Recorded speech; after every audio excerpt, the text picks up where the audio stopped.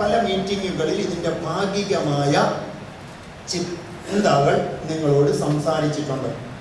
നമ്മുടെ എല്ലാവരുടെയും മനസ്സിൽ നമ്മൾ പറയുന്നതും പരസ്യമായി പലപ്പോഴും പറയുന്നതുമായ ഒരു ചോദ്യം തന്നെയാണ് ഇന്ന് ഇവിടെ സങ്കീർത്തനക്കാരൻ പറയുന്നത്, നാം ഒരുമിച്ച് ധ്യാനിക്കാൻ എടുക്കുന്നത്. 3-ാം വാക്യത്തിലാണ് അതിനാധാരമായ ആശയം കിടക്കുന്നത്. നോക്കിക്കേ,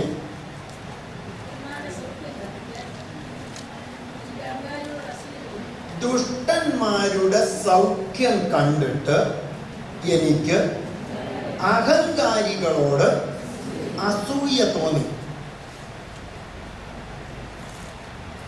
ഇത് നമുക്കാർക്കും ഉണ്ടോ ഈ പ്രശ്നം?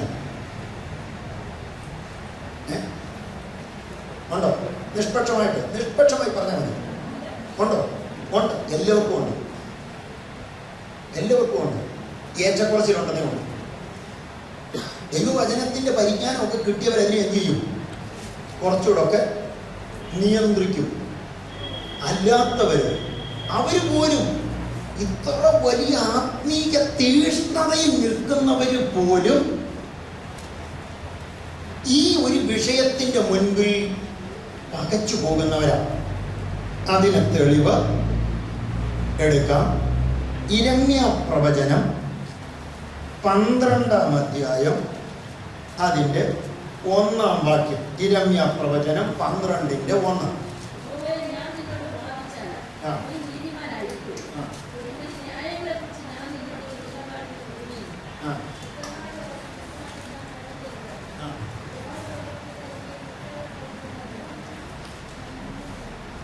ശ്രദ്ധിച്ച വാക്യം എല്ലാവരും ഞാൻ പറഞ്ഞല്ലോ, നിങ്ങൾ എല്ലാവരും വാക്യം എടുക്കണം.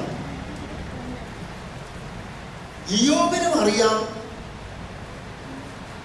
യെരമ്യാവിനും അറിയാം, ഇസ്രായേലിനും അറിയാം, ഞങ്ങൾ വാദിക്കാൻ പോയാലും തമ്പുരാന്റെ അടുക്ക വാദിച്ച് ജയിക്കാൻ നമുക്കെല്ലാം അറിയാം. പക്ഷെങ്കിൽ വാദിച്ച് ജയിക്കാൻ ഒക്കുകയില്ലെന്ന് അറിയാമെങ്കിലും നമ്മളെല്ലാം ഈ ചോദ്യം ചോദിക്കുന്നവരാണ്. ഒന്നുകിൽ പരസ്യമായോ അല്ലെങ്കിൽ മനസ്സിലോ ഈ ചോദ്യം ചോദിക്കുന്നവരാ. ആ ചോദ്യമാണ് ഇവിടെ യെരമ്യാവ് നമുക്ക് എല്ലാവർക്കും വേണ്ടി നമ്മുടെ പ്രതിനിധിയായിട്ട് ദൈവത്തോടങ്ങ് ചോദിക്കുക.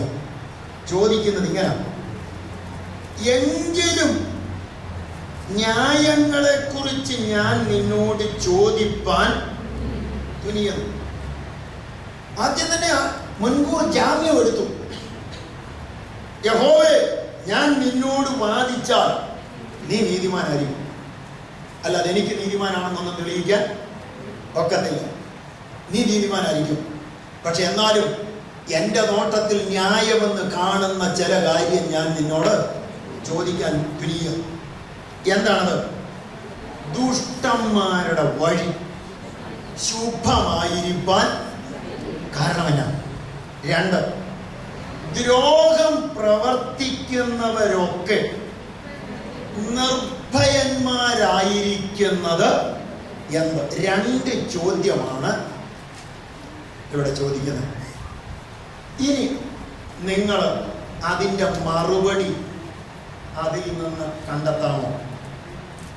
ക്ലാസ് അല്ല, പ്രസംഗം തന്നെയാണ് ഞാൻ. അല്ല, നിങ്ങളിൽ നിന്ന് നിങ്ങളെ ഒന്ന് അതിലോട്ടൊന്ന് കൊണ്ടുവന്നേച്ച് ഞാനൊന്ന് വിഷയത്തിലോട്ട് കയറാൻ പോവാം. നിങ്ങൾ അവിടെ ആ വേദഭാഗങ്ങളൊന്ന് നോക്കിയേച്ച് മറുപടി എന്താണ് ദൈവം പറഞ്ഞതെന്ന് ഒന്ന് പറയാമോ?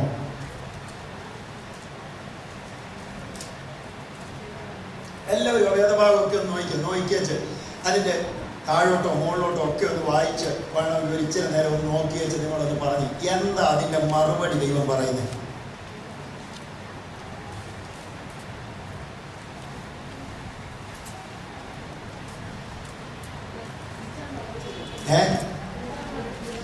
പറഞ്ഞു. യെസ്.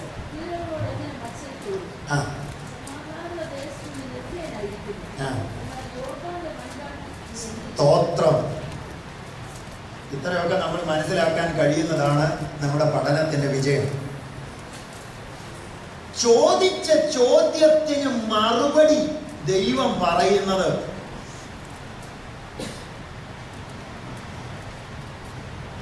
വേറെ ഏതാണ്ട് പോലെയാ നമുക്ക് തോന്നുന്നത്, അല്ലേ? പഴയ ഒരു പഴമൊഴി ഉണ്ടല്ലോ, എന്നാ അരി എത്രയെന്ന് ചോദിക്കുമ്പോൾ അഞ്ഞാഴി എന്ന് പറഞ്ഞാൽ പരുവത്തിന് ദൈവത്തോട് ചോദിക്കുന്നത് വേറൊരു ചോദ്യം, പക്ഷെ കിട്ടുന്ന മറുപടി, ഈ മറുപടിയും പറഞ്ഞുകൊണ്ട് നമ്മൾ ഒത്തിരി നടക്കുന്നുണ്ട്. നമ്മുടെ പല സന്ദർഭങ്ങളിലും നമ്മുടെ ആൾക്കാരോട് ചോദിക്കാറുണ്ട്. ഒരു കാലാളുകളോട് ഓടിയിട്ട് നീ ക്ഷീണിച്ചു പോയാൽ കുതിരപ്പടയോട് എങ്ങനെ മത്സരിച്ചോടും? നമ്മൾ ഏത് അർത്ഥത്തിൽ ആ വാക്യം പറയുന്നത്? നിങ്ങൾ എൻ്റെ കൂടെ നിന്ന് ചെന്ന് കാര്യങ്ങൾ പറഞ്ഞു. നമ്മൾ ഏത് അർത്ഥത്തിൽ ആ വാക്യം നമ്മൾ ഉപയോഗിക്കുമ്പോൾ നമ്മൾ ഉദ്ദേശിക്കുന്നത് എന്നാ?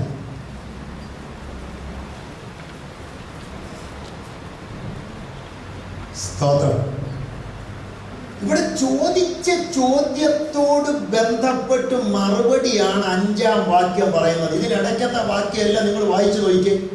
അവിടെ എല്ലാം യെരമ്യാവ് നിരത്തുന്ന തൻ്റെ ന്യായങ്ങളാണ്, അല്ലേ? താഴോട്ടൊന്ന് വായിച്ച് 5-ാം വാക്യം വരെ ഒന്ന് വായിച്ച് നിങ്ങൾ പെട്ടെന്ന് വായിച്ച് ആരെങ്കിലും ഒരാൾ.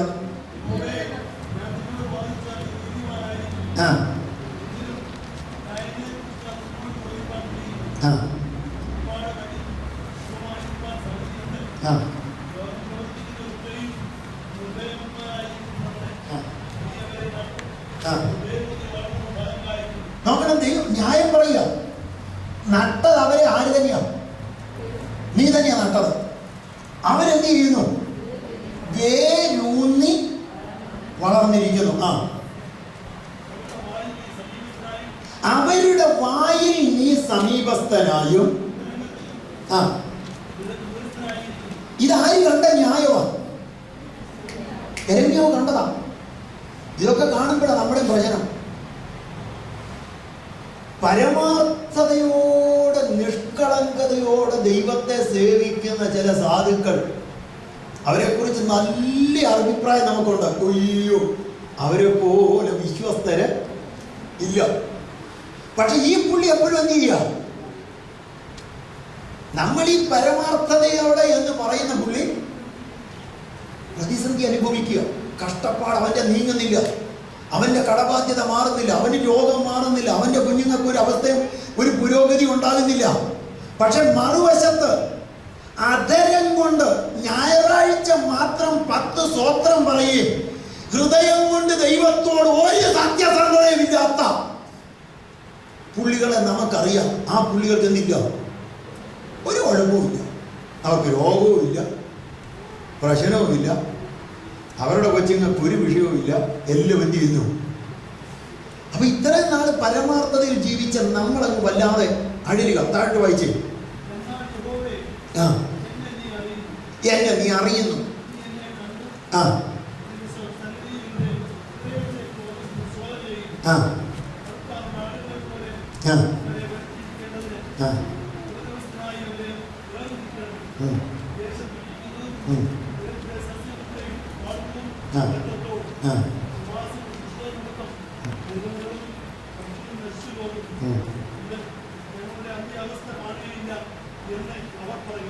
ഇതൊക്കെ ഇന്ന് സംഭവിച്ചുകൊണ്ടിരിക്കുന്ന വാക്കുകളെല്ലാം ഞാൻ എടുത്ത് വ്യാഖ്യാനിക്കുന്നതിൽ ഒറ്റ വാചകത്തിൽ പറയാം. ഭക്തന്മാര് പ്രാർത്ഥിക്കുമ്പോൾ ദൈവമേ, ഇന്നത്തെ ഈ വരൾച്ച, ഈ കന്നുകാലി മുഴുവൻ ചാകുന്നതും ഇതൊക്കെ ആര് നിമിത്തമാണ്? ഈ ദുഷ്ടന്മാര് നിമിത്തമാണ്. അത് നിമിത്തം ഈ ദുരന്തം മുഴുവൻ വരുന്നു. പക്ഷെ അവർക്കെന്തില്ല? ഒരു കുഴപ്പമില്ല. അതുകൊണ്ട് നീ അവരെ എന്ത് ചെയ്യണം? കുലദിവസത്തിലേക്ക് കൊണ്ടുപോകുന്ന ആടുകളെ പോലെ നീ അവരെ വലിച്ചിഴയ്ക്കണമേ എന്ന് ന്യായം പറഞ്ഞ് വാദിക്കുന്ന യിരെമ്യാ പ്രവാചകൻ പോലും നിലവിളിച്ചുകൊണ്ടിരിക്കുമ്പോഴാണ് ദൈവം പറയുന്നത്, കാലാളുകളോടുകൂടെ ഓടിയിട്ട് നീ ക്ഷീണിച്ചു പോയാൽ കുതിരകളോട് നീ എങ്ങനെ മത്സരിച്ചോടും? സമാധാനമുള്ള ദേശത്ത് നീ നിർഭയനായിരിക്കുന്നു, എന്നാൽ യോർദാന്റെ വൻകാട്ടിൽ നീ എന്ത് ചെയ്യും? ഈ വാക്യത്തെ നിങ്ങളൊന്ന് പഠിക്കത്തക്ക രീതിയിൽ ഞാൻ നിങ്ങൾക്ക് തരിക. ചോദ്യം എത്ര എണ്ണമായിരുന്നു? 2 എണ്ണം. ഏതൊക്കെയാ ചോദ്യം? ദുഷ്ടന്മാരുടെ വഴി ശുഭമായിരിക്കുന്നതും ദ്രോഹം പ്രവർത്തിക്കുന്നവനൊക്കെയും നിർഭയനായിരിക്കുന്നതും എന്ത്? ഇത് രണ്ട് ചോദ്യങ്ങൾ. ഒന്ന്, ദുഷ്ടന്മാർക്ക് എന്തില്ല? വഴിയിൽ ഒരു പ്രശ്നവുമില്ല. അതിൻ്റെ മറുപടി 5-ാം വാക്യത്തിൽ ഏതാണ്? കാലാളുകളോടുകൂടെ ഓടിയിട്ട് ക്ഷീണിച്ചു പോയാൽ കുതിരകളോട് നീ എങ്ങനെ മത്സരിച്ചോടും? ഒന്നാമത്തെ ചോദ്യത്തിന്റെ മറുപടിയാണ്. നോക്കണം, നിങ്ങൾ വേദപുസ്തകം നന്നായി ശ്രദ്ധിക്കണം. നിങ്ങൾ ആ വേദഭാഗം നന്നായി ശ്രദ്ധിക്കണം. ഒന്നാമത്തെ ചോദ്യം ചോദിക്കുന്നത് ദുഷ്ടന്മാരുടെ വഴി ശുഭമായിരിക്കുന്നതിന്റെ കാരണം. അപ്പൊ ദുഷ്ടൻ എന്ത് ചെയ്യുന്നു? അവരുടെ വഴിയിൽ ഒരു തടസ്സവും ഇല്ല. അവര് ശുഭമായിട്ട് പോയിക്കൊണ്ടിരിക്കുന്നു. ആ ചോദ്യത്തിന് മറുപടി നൽകുമ്പോൾ ദൈവം യിരെമ്യാവിനോട് പറയുന്നത്, നീ കാലാളുകളോടുകൂടെ ഓടിയിട്ട് ക്ഷീണിച്ചു പോയ കുതിരകളോട് എങ്ങനെ മത്സരിച്ചോടും? അങ്ങനെയാണെങ്കിൽ ഇവിടുത്തെ കാലാളുകൾ ആരാ?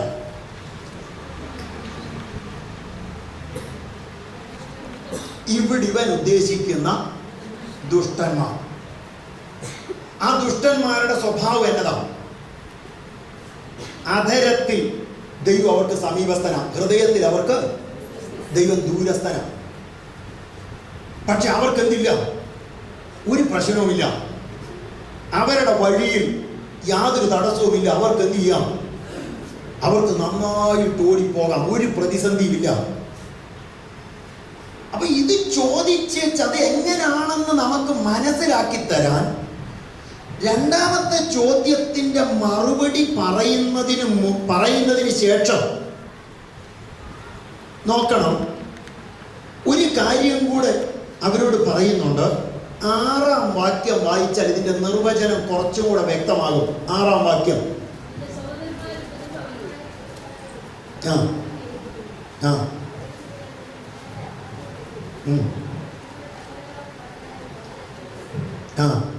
മതി.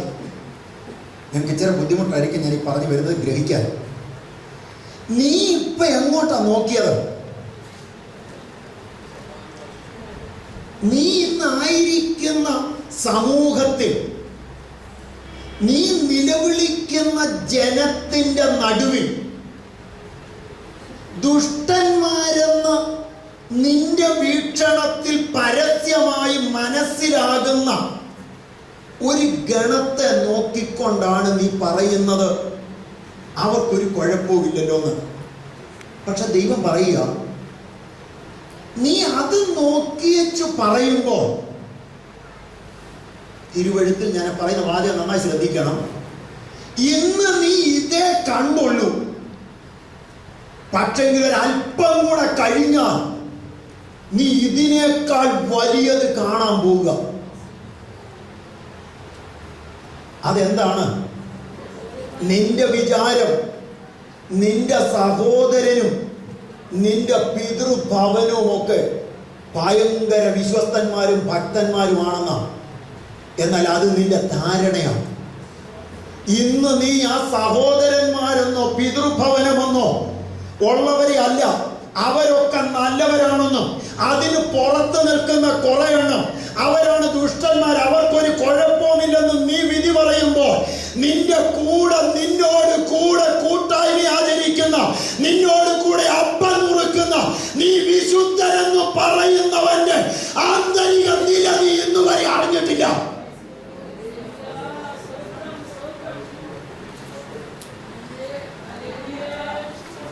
നീ അവരുടെ ഏതേ കേട്ടിട്ടുള്ളൂ.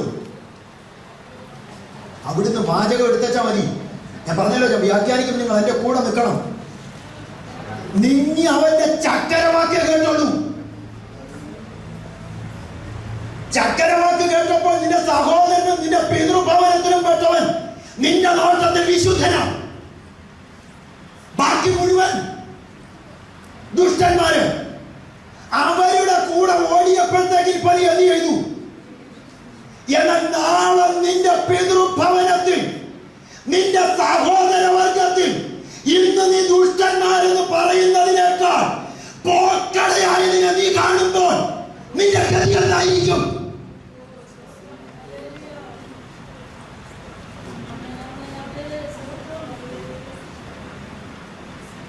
വല്ലതും പറഞ്ഞു മനസ്സിലായോ നിങ്ങൾക്ക്?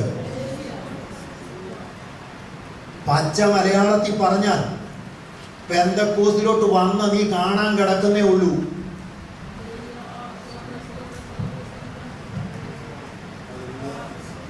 ഇതിനകത്ത് ചക്കരവാക്കും മുഖസ്തുതിയും പറഞ്ഞ് വലിയ ആത്മീയന്റെ പരിവേഷം ഇട്ട പലതിന്റെയും പച്ച തെളിയാൻ കിടക്കുന്നതേ ഉള്ളൂ.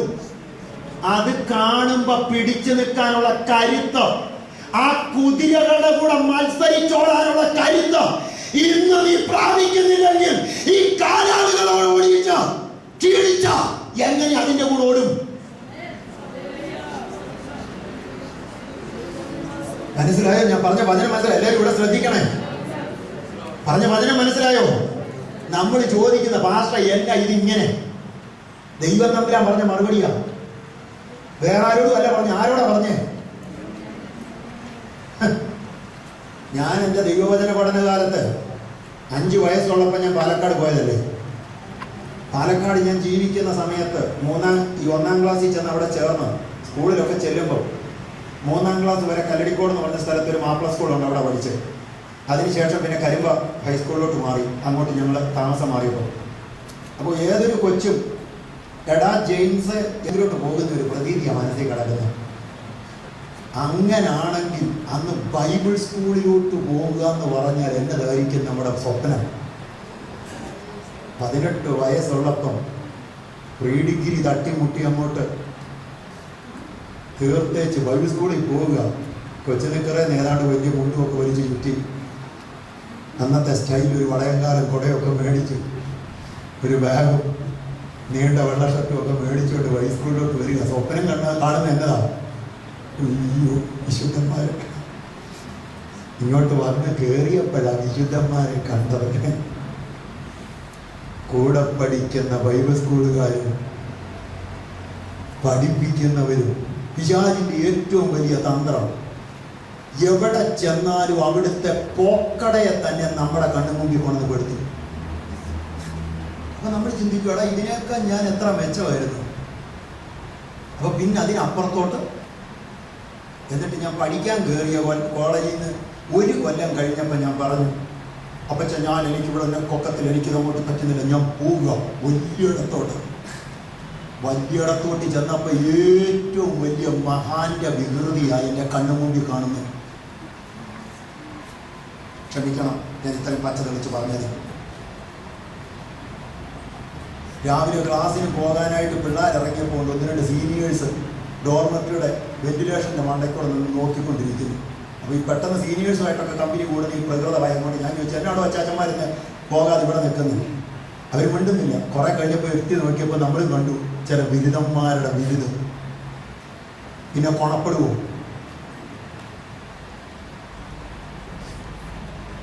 നീ പുറത്തുനിന്ന് കാണുന്നതല്ല പെന്തക്കോസ്തിന്റെ അകം. ഇതിനകത്തിരിക്കുന്ന പല വെള്ളയുടെ അകത്തെന്താണെന്ന് നീ കാണുന്നതല്ല.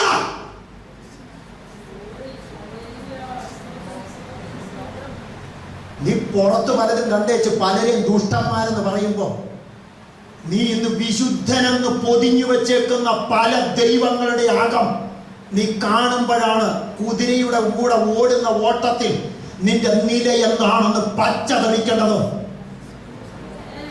ഞാൻ വേറൊന്നും പ്രസംഗിച്ച പ്രസംഗമല്ലിത്. ദൈവാത്മാവിന്റെ ഹൃദയത്തിൽ ഈ വചനത്തിന്റെ പ്രകാശനം തരുന്നത് കൊണ്ട് ഇന്ന് പല ഹൃദയം പതറി വിശ്വാസത്തിൽ നിന്ന് അന്യപ്പെടുവാൻ സാധ്യതയുള്ള ചിലതിനോട് ദൈവാത്മാവിൽ വിളിച്ചു പറയട്ടെ, നീ കാലാളുകളോട് കൂടെ ഓടിയിട്ട് ക്ഷീണിച്ചു പോയ കുതിരകളോട് എങ്ങനെ മത്സരിച്ചോടും? ഇരമ്യാവേ, നീ ദുഷ്ടന്മാരെന്ന് പറയുന്ന ഗണത്തേക്കാൾ വലുത് നീ ഇന്ന് വിശുദ്ധനെന്ന് പറയുന്ന, നീ ഇന്ന് ഭക്തനെന്ന് നിരൂപിക്കുന്ന നിന്റെ ചാർച്ചക്കാർ, നിന്റെ പിതൃഭവനം, നിന്റെ സഹോദരൻ അവൻ നിന്നോട് ചക്കരവാക്ക് പറഞ്ഞുകൊണ്ട് നിന്റെ വിചാരം എന്നാ? എന്നാ നിങ്ങൾ മറുപടി ഒന്നും പറയാത്ത? പലരുടെയും വിശുദ്ധിയും ഭക്തിയും ഒക്കെ ആ വായിൽ നിന്ന് വരുന്ന ചക്കര വരട്ടിയ സാധനത്തിലായിരിക്കുന്നത്.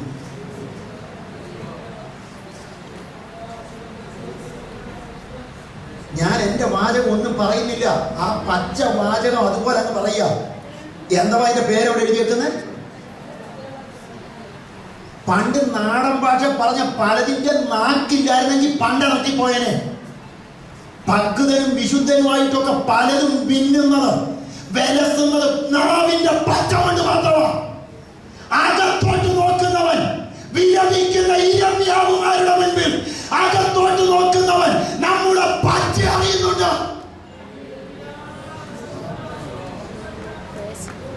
യേശുവിൻ നാമത്തിൽ ജയമെടുക്കുന്നു. യേശുവിൻ നാമത്തിൽ ജയമെടുക്കുന്നു. ആരുടെയും മുൻപിൽ നാവ് കൊണ്ട് മുഖസ്തുതി പറഞ്ഞ് ചക്കരവാക്ക് പറഞ്ഞ് കുറച്ചു നാൾ പിടിച്ചു നിൽക്കാം എന്ന ദൈവത്തിന്റെ കണ്ണുകൾക്ക് മുൻപിൽ നമുക്ക് അധിക നാള് മുൻപോട്ട് പോകുവാൻ കഴിയത്തില്ല.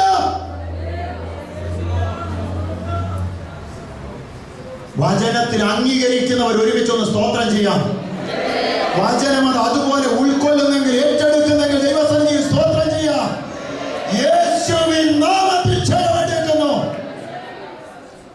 ഹല്ലേലൂയ. അപ്പൊ നമ്മൾ പ്രതീക്ഷിക്കുന്നതല്ല അകത്തെ നില. അതാ ദൈവം പറയുന്നത്. യെരമ്യാവ് ചോദിക്കുന്ന ചോദ്യം ഒന്നാ, പക്ഷെ ദൈവം പറയുന്നത്, എടാ കുഞ്ഞ്, നീ കുറച്ചുപേരെ കണ്ടു, അവര് വാവുകൊണ്ടൊക്കെ ദൈവത്തെ സ്തുതിക്കുന്നു, ഹൃദയം കൊണ്ട് അകന്നിരിക്കുന്നു, അവർക്കൊരു കുഴപ്പമില്ല. നീ അത് കണ്ടേച്ച എന്നോട് ചോദിക്കുന്നത്, അയ്യോ ഞങ്ങൾ ഈ വിശുദ്ധന്മാരെന്നൊക്കെ പറയുന്ന ഞങ്ങൾക്ക് മാത്രം എന്നാ ഇതാ. പക്ഷെ നീ ഇന്ന് വിശുദ്ധന്മാരെന്ന് പറയുന്ന നിന്റെ സഹോദരങ്ങൾ ഒരു കുഴപ്പമില്ലെന്ന് പറയുന്നവരുടെ അകത്തെ അവസ്ഥ നീ വിചാരിക്കുന്ന പോലെ ഞാനത് അറിയുന്നു. അത് നീ അറിയുമ്പോൾ ഇന്ന് നീ എന്ത് ചെയ്തുകൊണ്ടിരിക്കുക? കാലാളുകളോടുകൂടെ ഓടുന്നതേ ഉള്ളൂ. പക്ഷെങ്കിൽ ആ കുതിരപ്പടയോട് മത്സരിച്ചോടുമ്പോൾ നീ എന്ത് ചെയ്യും? അതുകൊണ്ട് ഓർത്തോണം, ദൈവവചനത്തിൽ പറയുന്നത് ഇങ്ങനെയാണ്. ഹോശേയ പ്രവചനത്തിലാണോ ആമോസിന്റെ പ്രവചനത്തിലാണോ? മൂക്കിൽ ശ്വാസമുള്ള ഒരെണ്ണത്തെ വിശ്വസിക്കരുത്. നിന്റെ മാർവിൽ ശയിക്കുന്ന ഭാര്യയെ പോലും എന്ന പ്രവാചകൻ പറഞ്ഞു വെക്കുന്നത്. പ്രവാചകന്റെ വാക്കല്ലത്, ദൈവാത്മാവ് വിളിച്ചു പറഞ്ഞതാണ്. ഭക്തി വാചകം കൊണ്ട് വിറങ്ങുന്ന ഭർത്താവാകട്ടെ, ഭാര്യയാകട്ടെ, മാതാപിതാക്കളാകട്ടെ, കുഞ്ഞുങ്ങളാകട്ടെ, വാചകത്തിൽ ചക്കരവാക്ക് പറയുന്ന ഭക്തി അല്ല, ആന്തരികമായി ദൈവ മുൻപാകെ തെളിയിക്കപ്പെടുന്ന ഭക്തിയാണ് ദൈവം നോക്കുന്നത്.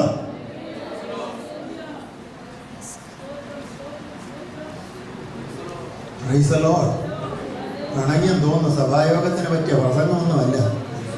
സ്തോത്രം, സ്തോത്രം. പിണങ്ങിച്ചു, എനിക്ക് പ്രശ്നമൊന്നുമില്ല. കിട്ടിയ പാചകം എന്ത് കിട്ടിയോ അന്ന് അതൊക്കെ അങ്ങ് വെച്ച് കീറുക. അതിനകത്ത് പിന്നെ ഒരു മയവുമില്ല. കാരണം വചനമാണോ എൻ്റെ അതൊന്നും അല്ല. ഞാൻ പറഞ്ഞല്ലോ, ഇതിനകത്ത് ആ വാക്യം, നിങ്ങൾ ഈ വാക്യം വായിക്കുമ്പോൾ നാളെ ഈ വാക്യം എടുത്താൽ നിങ്ങൾക്ക് ഇത് മനസ്സിലാകണം. അല്ലാതെ കാലാളുകളോട് ഓടിയിട്ട് നീ ക്ഷീണിച്ചു പോയാൽ കുതിരപ്പടിയോട് എങ്ങനെ മത്സരിച്ച് ഓടുമെന്നൊക്കെ പറഞ്ഞുകൊണ്ട് ഇച്ചിരി കാശ് കുറഞ്ഞപ്പോൾ നിനക്ക് ഇങ്ങനെ ആണെങ്കിൽ ഇച്ചിരി കാശ് കടമൊക്കെ വന്നു കഴിഞ്ഞാൽ എന്നെ ആകുമെന്നൊക്കെ ചോദിക്കാൻ വേണ്ടി മാത്രമുള്ള വാക്യം വായിക്കുന്നത് പിടി കിട്ടിയോ? ഞാൻ പറഞ്ഞ വാദ്യം മനസ്സിലായോ? നമ്മൾ പലതിനുമൊക്കെ ഈ വാക്യങ്ങളൊക്കെ ഉപയോഗിക്കുന്ന അങ്ങനെ ചില കാര്യത്തിലാണ്. സ്തോത്രം, സ്തോത്രം. ഇനി രണ്ടാമത്തെ ചോദ്യം എന്തുവാ? ഞാൻ പെട്ടെന്ന് നിർത്തിയേക്കാം. രണ്ടാമത്തെ ചോദ്യം എന്തുവാ? ദ്രോഹം പ്രവർത്തിക്കുന്നവരൊക്കെയും നിർഭയന്മാരായിരിക്കുന്നതെന്ത്? അതിന് മറുപടി ഏതാണ്? അതിനകത്തും തന്നെ മറുപടി നിങ്ങൾ കണ്ടെത്തണം. സമാധാനമുള്ള ദേശത്ത് നീ നിർഭയനായിരിക്കുന്നെങ്കിൽ യോർദാന്റെ വൻകാട്ടിൽ നീ എന്ത് ചെയ്യും? ശ്രദ്ധിച്ചോ? നിങ്ങൾ വാക്യങ്ങളെല്ലാം ശ്രദ്ധിക്കുന്നുണ്ടല്ലോ അല്ലേ? അതോ നിങ്ങൾ കൺഫ്യൂസ്ഡ് ആയോ? മനസ്സിലാക്കാൻ ബുദ്ധിമുട്ടുണ്ടോ? ആരെങ്കിലും അങ്ങനെ എങ്ങാനും ഉണ്ടെങ്കിൽ ഒന്ന് കൈ ഉയർത്തിയാൽ മതി. മനസ്സിലാക്കാൻ ബുദ്ധിമുട്ടോ? ഞാൻ നിങ്ങളോട് വേറെ ഒന്നും വാക്യം എടുക്കുന്നില്ല, അത് മാത്രം ഒന്ന് പറഞ്ഞു തരിക.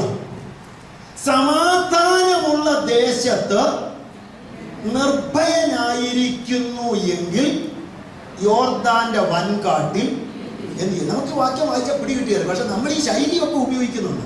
വാക്യം വായിച്ചാൽ മനസ്സിലാവുകയില്ല. അത് ഏതിന്റെ മറുപടിയാണെന്നാ പറഞ്ഞേ? ദ്രോഹം പ്രവർത്തിക്കുന്നവൻ നിർഭയന്മാരായിരിക്കുന്നതെന്ത്? ദ്രോഹം പ്രവർത്തിക്കുന്നവർ എന്ത് ചെയ്യുന്നു? അവർക്ക് ആരെയും ഭയവുമില്ല, അവർക്കൊരു. പക്ഷെ ദൈവത്തെ സേവിക്കുന്നവൻ എന്തുണ്ട്? ഭയങ്കര ഭയം. സ്തോത്രം. അപ്പൊ ന്യായമായി നമ്മൾ ചോദിക്കുക, നിർഭയന്മാരായിരിക്കുന്നതെന്ത്? അതിനാണ് ദൈവം ഇവിടെ മറുപടി പറയുന്നത്. നീ സമാധാനമുള്ള ദേശത്ത് നീ നിർഭയനാണെങ്കിൽ യോർദാന്റെ വൻകാട്ടിൽ എന്ത് ചെയ്യും? അതിന്റെ മറുപടി 7 മുതൽ ഇങ്ങോട്ടൊന്ന് വായിച്ചേ.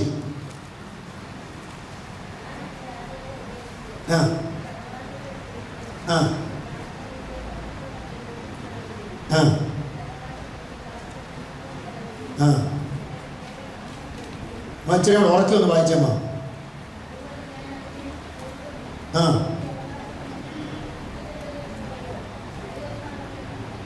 അതിന്റെ മുകളിൽ 8-ാം വാക്യം ഒന്നും കൂടെ ഒന്ന് വായിച്ചേ. അതൊന്ന് വ്യക്തമാകണം. എന്റെ അവകാശം കാട്ടിലെ സിംഹം പോലെ ആയിരിക്കുന്നു. 7-ാം വാക്യം തൊട്ട് ഒന്നുകൂടെ ഒന്ന് വായിച്ച്. നിങ്ങൾ വാക്യം മനസ്സിലാക്കാൻ വേണ്ടി ചോദ്യത്തിന് മറുപടി നിങ്ങൾ അവിടെ തന്നെ കണ്ടെത്തുക. ഒന്നുകൂടെ വായിച്ച്. ഞാൻ എൻ്റെ ആലയത്തെ ഉപേക്ഷിച്ചു. എൻ്റെ ആലയത്തെ ഉപേക്ഷിച്ചു. അടുത്തത്, എൻ്റെ അവകാശത്തെ ത്യജിച്ച് എൻ്റെ പ്രാണപ്രിയയെ ശത്രുക്കളുടെ കയ്യിൽ. പഴയ നിയമത്തിനോടുള്ള ബന്ധത്തിൽ വായിച്ചാൽ ഈ പ്രാണപ്രിയ ഏതാ? സ്തോത്രം, സ്തോത്രം, ഹല്ലേലൂയ. ആ പ്രാണപ്രിയയെ ചൂണ്ടിക്കാണിക്കുന്നത് ഏതാണ്? ദൈവത്തിന്റെ വിശുദ്ധ മന്ദിരവും മന്ദിരമിരിക്കുന്ന യെരൂശലേമും അവിടെ ദൈവം തിരഞ്ഞെടുത്ത തന്റെ സ്വന്തം ജനവും. അതിപ്പോ ദൈവം എന്ത് ചെയ്തു? ഉപേക്ഷിച്ച് കളഞ്ഞു. ഇനി താഴോട്ട് വായിച്ച്. എന്റെ അവകാശം, എന്റെ അവകാശം ഇവിടെ ഏതാ? എന്റെ പ്രാണപ്രിയ, എന്റെ വിശുദ്ധ മന്ദിരം അഥവാ യെരൂശലേം. അതിനെ ഞാനിപ്പോ എന്ത് ചെയ്തു? ഉപേക്ഷിച്ച് കളഞ്ഞു. ഇപ്പൊ അതെന്തുപോലെ ഇരിക്കുക? കാട്ടിലെ സിംഹം പോലെ ഇരിക്കുന്നു. എന്റെ നേരെ അത് നാദം കേൾപ്പിക്കുന്നു. അതുകൊണ്ട് ഞാൻ അതിനെ വെറുക്കുന്നു. എന്തുകൊണ്ട്? എന്താ കാരണം? അതെന്റെ നേരെ നാദം കേൾപ്പിക്കുന്നു. അടുത്തത് താഴോട്ട്. എന്റെ അവകാശം എനിക്ക് പുള്ളിക്കഴുകനെ പോലെയോ.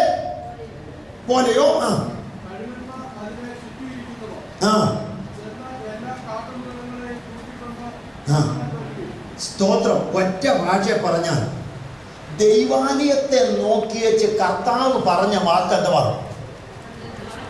കള്ളന്മാരുടെ ഗുഹ. സ്തോത്രം, സ്തോത്രം. ദ്രോഹം പ്രവർത്തിക്കുന്നവൻ നിർഭയമായിരിക്കുന്നത് എന്ത് എന്നല്ലേ നീ ചോദിച്ചേ? നീ ഇപ്പോഴെന്ത് ചെയ്തുകൊണ്ടിരിക്കുക? സമാധാനമുള്ള ദേശത്ത് നിർഭയമായിട്ടിരിക്കുക. നീ ഇന്ന് ഈ പറയുന്ന ദ്രോഹം ചെയ്യുന്നവരെന്നൊക്കെ പറഞ്ഞാൽ വലിയ അപകടകാരികളൊന്നും അല്ല. അവർ വലിയ പ്രശ്നക്കാരൊന്നും അല്ല. പക്ഷെ ഇവിടെ പ്രശ്നക്കാരാരാ? എന്റെ സ്വന്തം അവകാശം ഇപ്പൊ ആരായിരിക്കുന്നു? സിംഹം പോലെ.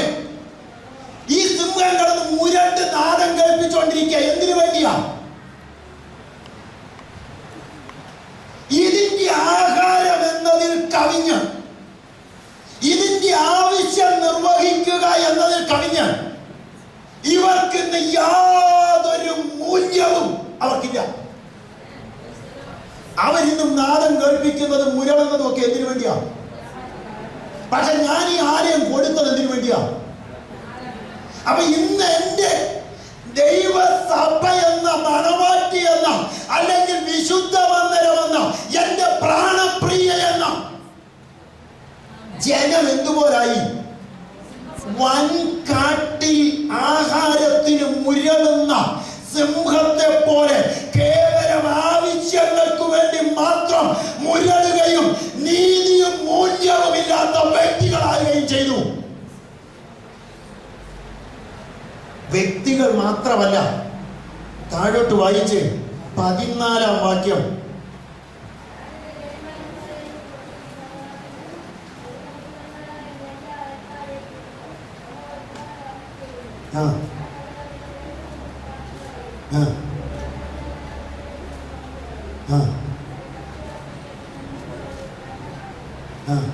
പത്താം വാക്യം കൂടെ വായിച്ചേ. അനേക ഇടയന്മാർ എന്റെ മുന്തിരിത്തോട്ടം നശിപ്പിക്കുകയും എന്റെ ഓഹരിയെ ചവിട്ടിക്കളകയും എന്റെ മനോഹരമായ ഓഹരിയെ ശൂന്യ മരുഭൂമിയാക്കുകയും ചെയ്തിരിക്കുന്നു. അപ്പൊ ഇത് ആരൊക്കെ മാത്രമല്ല,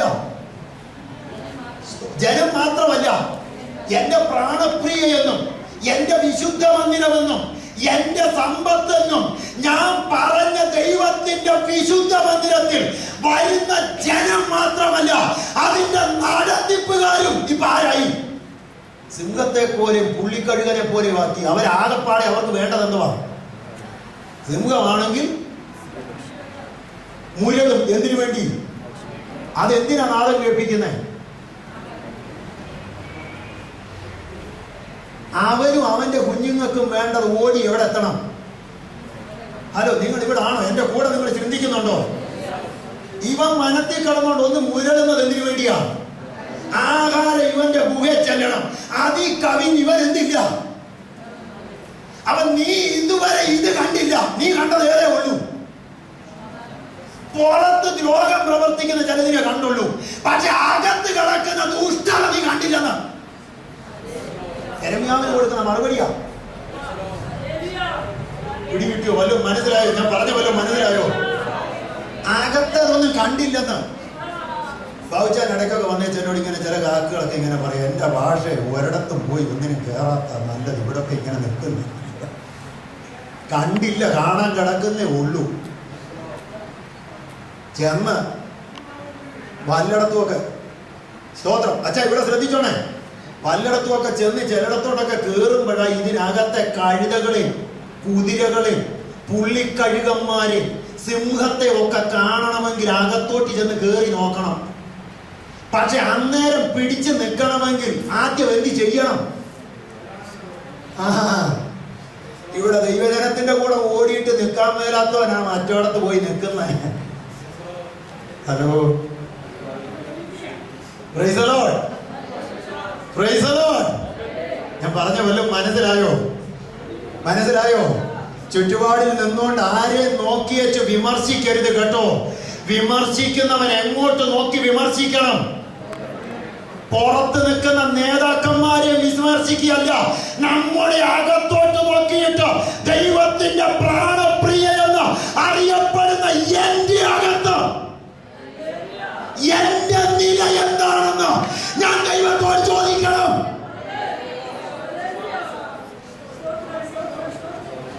സ്തോത്രം, സ്തോത്രം. ദൈവവചനം കേട്ട് ഉൾക്കൊള്ളുന്നവരൊന്ന് ഒരുമിച്ചൊന്ന് സ്തോത്രം ചെയ്തേ. യേശുവിൻ നാമത്തിൽ ജയമെടുക്കുന്നു. Hallelujah, hallelujah.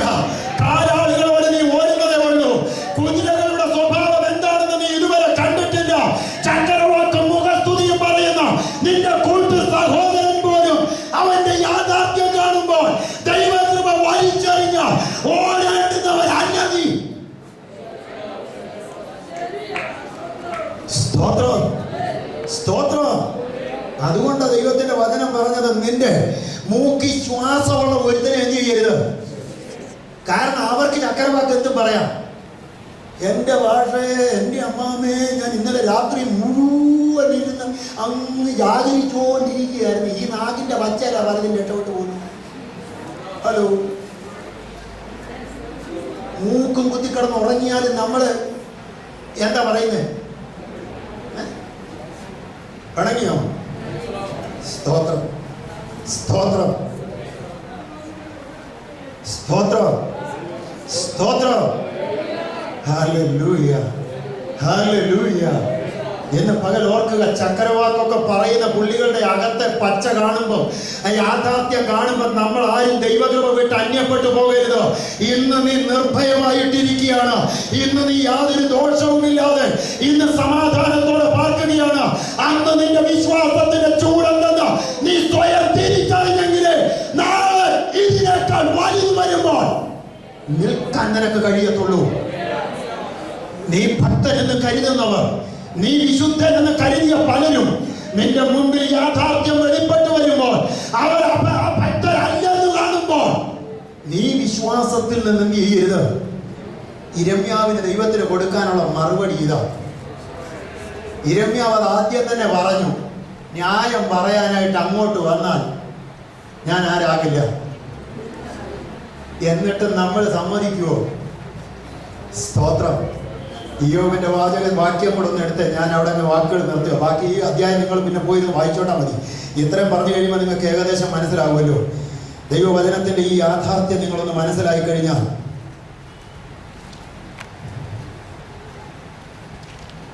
42:3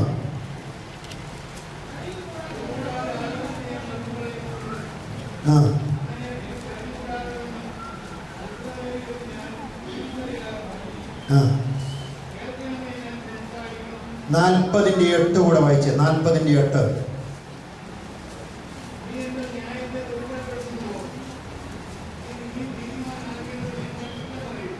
ദൈവം ആരോട് പറഞ്ഞതാ? സ്തോത്രം. നമ്മുടെയൊക്കെ സാക്ഷ്യവും പ്രാർത്ഥനയും ഒക്കെ കേട്ട് കഴിഞ്ഞാൽ ആര് കുറ്റക്കാരനാണ്?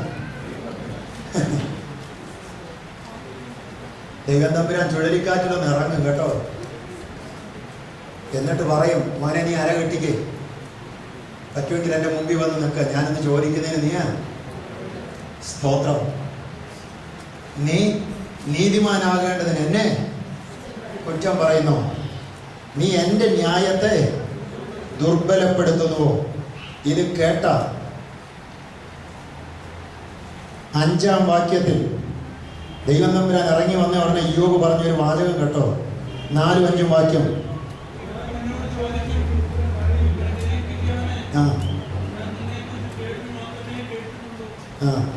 ഇല്ല, 40-ന്റെ 4-5. ഞാൻ നിസാരനല്ലോ, ഞാൻ നിന്നോട് എന്ത് ഉത്തരം പറയുന്നു? ഞാൻ കൈകൊണ്ട് വായ പൊത്തിക്കൊള്ളുന്നു. ഇത്രയും നേരം എന്നാ പറഞ്ഞുകൊണ്ടിരുന്ന പുള്ളിയാ? ആരോട്? ദൈവത്തോട് വാദിച്ചുകൊണ്ടിരുന്നവൻ പറയുക, ഞാൻ എൻ്റെ കൈകൊണ്ട്. അടുത്ത് വായിച്ചേ. ഒരു വട്ടം ഞാൻ അങ്ങ് അറിയാതെ സംസാരിച്ചു പോയി. ഇപ്പോഴോ? 2 വട്ടം ഞാൻ എന്ത് ചെയ്യുന്നു? സ്തോത്രം, സ്തോത്രം. ഇനി ഞാൻ എന്ത് ചെയ്യല? വലിയ ന്യായവാദമൊന്നും. ഹല്ലേലൂയ. മറ്റുള്ളവരെ ഒന്നും നോക്കി എന്ത് ചെയ്യണ്ട. ഞാൻ വളരെ വിശുദ്ധനാണെന്നൊന്നും അകത്തോട്ട് നോക്കിയാൽ കുതിരപ്പടയോടുകൂടെ ഓടുന്ന സമാനമായ വിഷയങ്ങൾ എവിടെ കിടപ്പുണ്ട്? അപ്പുറത്ത് കണ്ട നാം പറഞ്ഞ പുള്ളികളൊക്കെ ആരാ? കാലാളിന് സമാനമാണ്. പക്ഷെ അതിനേക്കാൾ വിരുതി പിടിച്ച പുള്ളികൾ എവിടെ ഉണ്ട്? നമ്മിൽ, നമ്മുടെ ഉള്ളിൽ, നമ്മുടെ അകത്ത്, നമ്മുടെ ചുറ്റിനും നമ്മുടെ അകത്തുണ്ട്. സ്തോത്രം, സ്തോത്രം. ഹല്ലേലൂയ.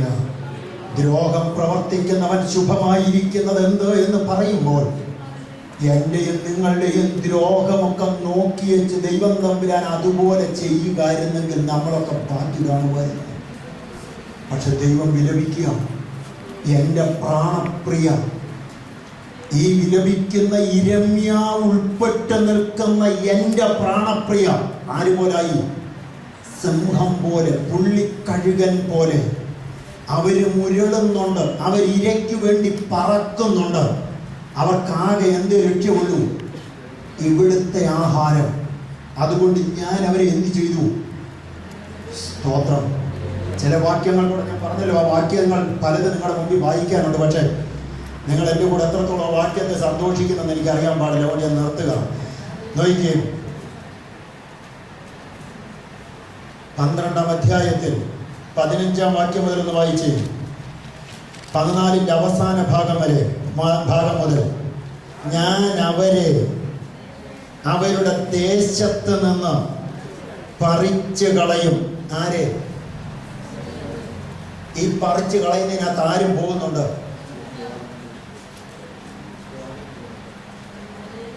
യെരമ്യാ ഉൾപ്പെട്ട് നിൽക്കുന്ന ഈ പ്രാണപ്രിയ എന്നറിയപ്പെടുന്ന തൻ്റെ വിശുദ്ധ മന്ദിരം ഞാൻ അതിനെ പറിച്ചു കളയും. യഹൂദ ഗ്രഹത്തെ ഞാൻ അവരുടെ ഇടയിൽ നിന്ന്, എന്നിട്ട് അവരെ പറിച്ചു കളഞ്ഞ ശേഷം ഞാൻ വീണ്ടും അവരോട് കരുണ കാണിച്ച് ഓരോരുത്തനെ അവനവന്റെ അവകാശത്തിലേക്കും ദേശത്തിലേക്കും തിരിച്ചു വരുത്തും.